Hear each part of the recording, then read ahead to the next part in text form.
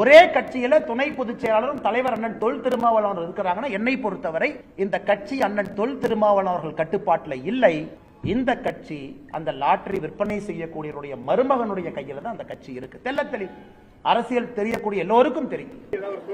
பாரதிய ஜனதா கட்சி அதானி கட்டுப்பாட்டில் இருக்கிறதா, மோடி கட்டுப்பாட்டில் இருக்கிறதா என்பதை அவர் முதலில் சொல்லட்டும். ஆதவ் அர்ஜுனா கட்டுப்பாட்டில் விசிக இருப்பதாக பாஜக மாநில தலைவர் அண்ணாமலை தெரிவித்த விமர்சனத்திற்கு அக்கட்சியின் தலைவர் திருமாவளவன் பதிலடி கொடுத்துள்ளார். தற்போது இருவரது இருவேறு கருத்துகளையும் இந்த பதிவில் பார்க்கலாம். மேடையில் யாரு வேண்டுமானாலும் பணம் இருந்தா நானும் ஒரு புத்தகத்தை தொகுக்கலாம். என்னுடைய மாமனார் லாட்டரி அதிபராக இருந்தா நானும் ஒரு 10 பேருக்கு கூப்பிட்டு 100 எஸ்ஏ எழுத சொல்லி ஒரு புத்தகத்தை பிரிண்ட் அடிச்சு நானும் மேடைக்கு போலாம், நாம ரிலீஸ் பண்ணலாம்.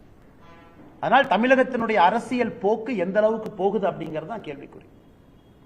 அண்ணன் தொல் திருமாவளவன் அவர்கள் முக்கியமான தலைவர், இந்த நிகழ்ச்சிக்கு நான் போக மாட்டேன்னு ஒரு காரணம் சொல்லி போயிட்டார். ஆனா அவருடைய துணை பொதுச் செயலர் போயிருக்காருன்னா கட்சி அண்ணன் திருமாவளவன் ஒரு கையில் இருக்கா, இல்ல துணை பொதுச் செயலர் ஒரு கையில் இருக்கா? இந்த கட்சிக்கு விடுதலை சிறுத்தைகள் கட்சிக்கு ஒரு தலைவரா, 2 தலைவரா? மேடையிலே கூட்டணியில் இருக்கக்கூடிய கட்சியை பற்றி பேசிய பிறகு கூட ஒரே கட்சியில துணை பொதுச் செயலாளரும் தலைவர் அண்ணன் தொல் திருமாவளவன் இருக்கிறாங்கன்னா என்னை பொறுத்தவரை இந்த கட்சி அண்ணன் தொல் திருமாவளவன் அவர்கள் கட்டுப்பாட்டில் இல்லை. இந்த கட்சி அந்த லாட்டரி விற்பனை செய்யக்கூடியவருடைய மருமகனுடைய கையில தான் அந்த கட்சி இருக்கு. தெள்ளத்தெளி அரசியல் தெரியக்கூடிய எல்லோருக்கும் தெரியும். உங்க கூட்டணியில் இருக்கக்கூடிய ஒரு கட்சியை, ஆளும் கட்சியை, உங்க கட்சியை சார்ந்த ஒரு முக்கியமான நபர் மேடையின் மீது விமர்சனம் செய்கிறாரு, அவர் மீது உங்களால் நடவடிக்கை எடுக்க முடியவில்லை என்றால் அந்த கட்சியினுடைய மெயின் ஃபண்டரை கை வைக்க திருமாவளவன் தயாரா இல்லை. இது தமிழகத்துல குறிப்பாக திமுக தலைமையில் இருக்க கூட்டணி எப்படி இருக்கு அப்படின்னு காட்டுது. திமுக கூட்டணி எப்படி இருக்கு?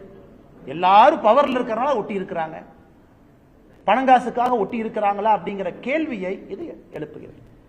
எதையும் தமிழகத்தினுடைய அரசியலை கவனிக்கக்கூடியவர்கள், தமிழகத்தினுடைய மக்கள் ரொம்ப உன்னிப்பா கவனிக்கணும். அம்பேத்கர் ஐயாவுடைய புத்தகத்தை தொகுக்கறக்கு ஆள் இல்லையா? அந்த புத்தகத்துக்கு ஆனந்த் தெலும்படி அவர் தான் கிடைச்சாரா? அவர் பேசியிருக்கக்கூடிய வார்த்தைகள், பேச்சுக்கள், பீமே கொரகான்ல அவருடைய ஸ்பீச். பாரதிய ஜனதா கட்சி அதானி கட்டுப்பாட்டில் இருக்கிறதா, மோடி கட்டுப்பாட்டில் இருக்கிறதா என்பதை அவர் முதலில் சொல்லட்டும். அதன் பிறகு நான் இதற்கு பதில் சொல்லுகிறேன். அது 6 மாசம் கழிச்சு பேசுகிறேன். மாற்று எண்ணம் கொண்ட தலைவர்கள் ஒரே மேடையில் ஏறக்கூடாது, வெவ்வேறு கொள்கை கொண்டவர்கள் ஒரே மேடையில் ஏறி பகிர்ந்து கொள்ளலாம். அதை இங்க அந்த மாதிரியான ஒரு ஹெல்த்தி சிச்சுவேஷன் இல்லை தமிழ்நாட்டு அரசியல்ல. எல்லாத்தையும் சிண்டு முடிச்சு விடுறது, எல்லாத்தையும் திசை திருப்பி விடுறது, மடைமாற்றம் செய்வது, இந்த மாதிரி ஒரு தமிழ் நாளேடு ஏதோ ஒரு பெரிய நடக்கக்கூடாது, நடக்க போகிறது என்பதை போல தலைப்பு செய்திட்டு டிசம்பர் 6 தமிழக அரசியலை திருப்பம், விஜய் திருமா ஒரே மேடையில் என்று அதை பூதாகரப்படுத்தினார்கள். அவர்கள்தான் இந்த சர்ச்சைக்கு தொடக்க புள்ளியை வைத்தார்கள். அப்படிப்பட்டவர்கள் இந்த மண்ணிலே இருக்கிற போது நாங்கள் எச்சரிக்கையாக இருக்க வேண்டிய தேவை இருக்கிறது.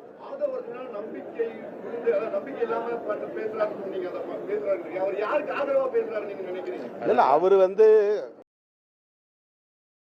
செய்திகளை உள்ளது உள்ளபடி தெரிந்து கொள்ள ரெஃப்ளெக்ட் நியூஸை சப்ஸ்கிரைப் பண்ணுங்க.